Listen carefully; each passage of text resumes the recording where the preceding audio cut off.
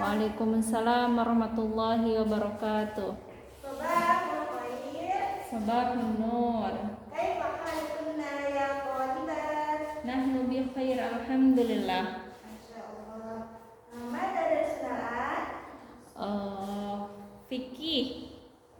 Ayu yaumil ahad? Yaumus sabt. Ya, masyaallah. Ya. Sebelum kita mulai pelajaran pada hari ini, marilah kita bersama-sama terlebih dahulu berdoa. Ya, berdoa mulai.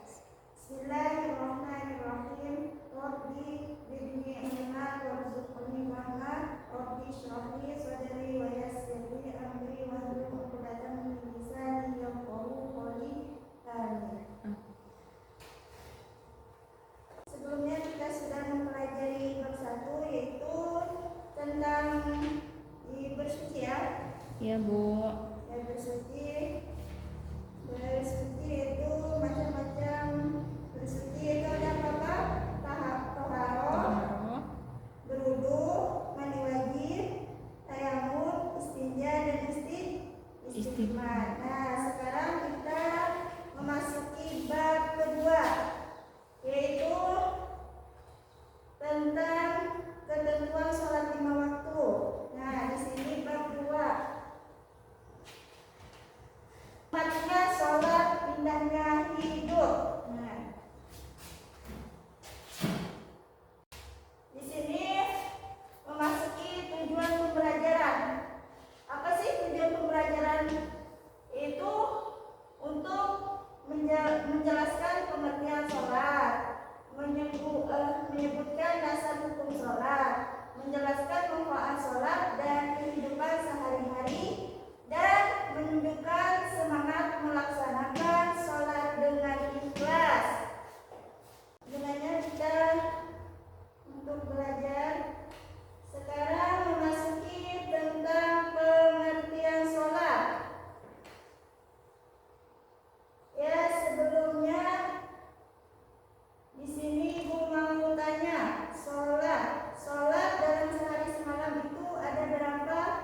Ada 5 Ya, waktu. ada 5. Sholat apa namanya? Sholat subuh, Ya, subuh, sholat duhur, zuhur, asar, asar, maghrib, maghrib, dan isya. isya. Ya, masya Allah. Nah, di sini masuki pengertian sholat. Sholat adalah ibadah wajib bagi umat Islam yang terdiri dari ucapan dan perbuatan tertentu. Nah, sholat ini diwajibkan bagi kita umat Islam. Sholat ini terdapat pada rukun Islam yang keberapa? Yang kedua, Iya, yang kedua. Sholat ini termasuk rukun Islam yang kedua. Nah, selanjutnya sholat ini dimulai dengan takbiratul ihram dan diakhiri dengan salam. Takbiratul ihram itu gimana? Mengucap, mengangkat kedua takbir, bilang Allahu Akbar. Ya, dan diakhiri dengan salam. Mengucap Assalamualaikum. Ya, selanjutnya yaitu sholat ini merupakan tiang agama atau disebut as-salatu imaduddin. Nah, sholat itu tiang agama. Kalau seseorang itu sholat, maka dia mempunyai tiang. Jika seseorang itu tidak sholat, maka tiangnya itu akan rubuh, rusak. Ya, selanjutnya memasuki dasar hukum sholat. Ya, dasar hukum sholat. Dasar hukum sholat ini terdapat di dalam Quran surah Al-Baqarah ayat 43 dan juga terdapat di dalam Quran surah Al-Mu'min ayat 1 sampai 2. Ya. Di dalam surah-surah ini sudah ada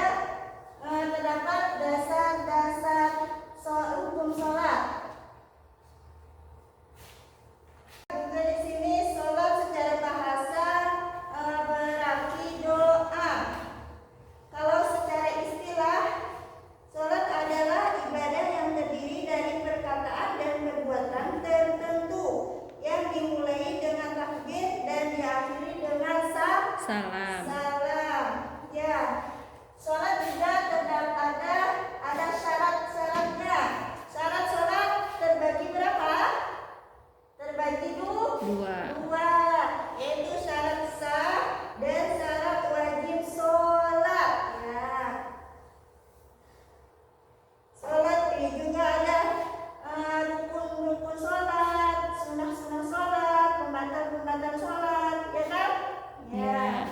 Itu sudah lengkap.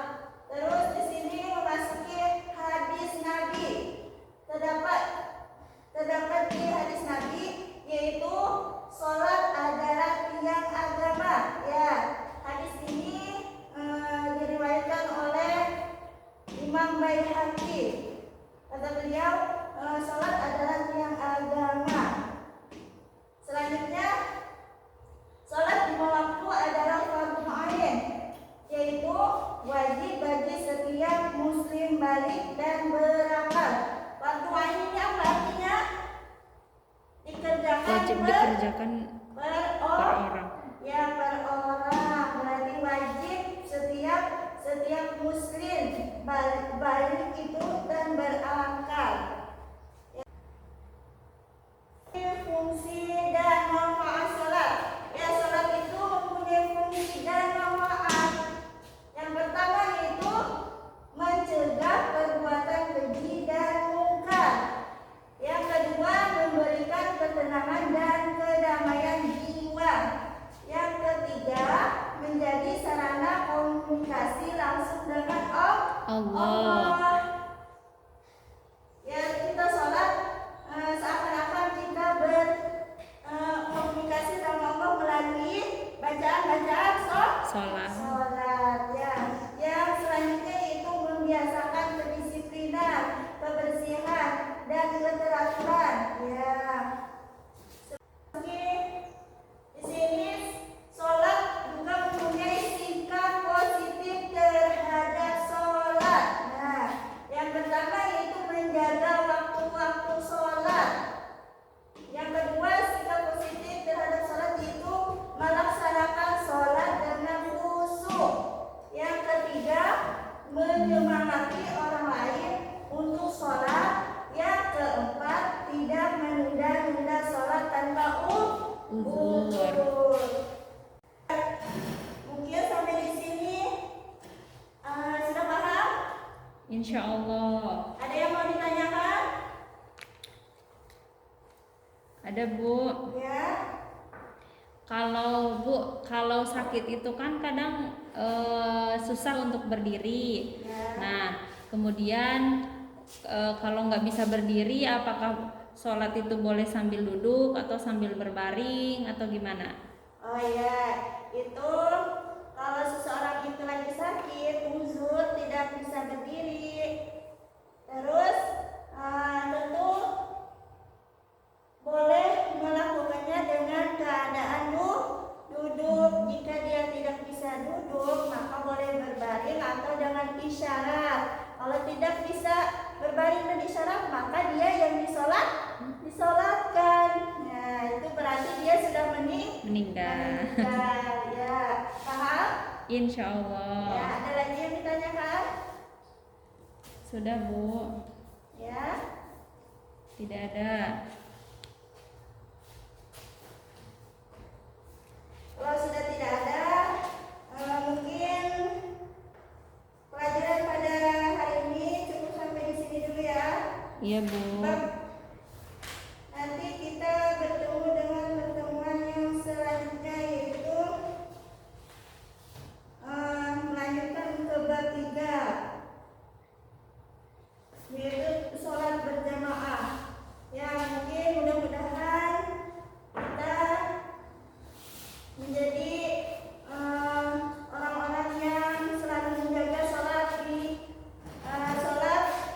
setiap hari, menjaga sholat 5 waktu. Ya, mungkin hari ini cukup sampai di sini pelajarannya. Sebelum Ibu tutup, belajar kata-kata atau perbuatan Ibu yang tidak menyenangkan, mohon dimaafkan ya. Iya Bu. Ya, kita tutup pelajaran pada hari ini dengan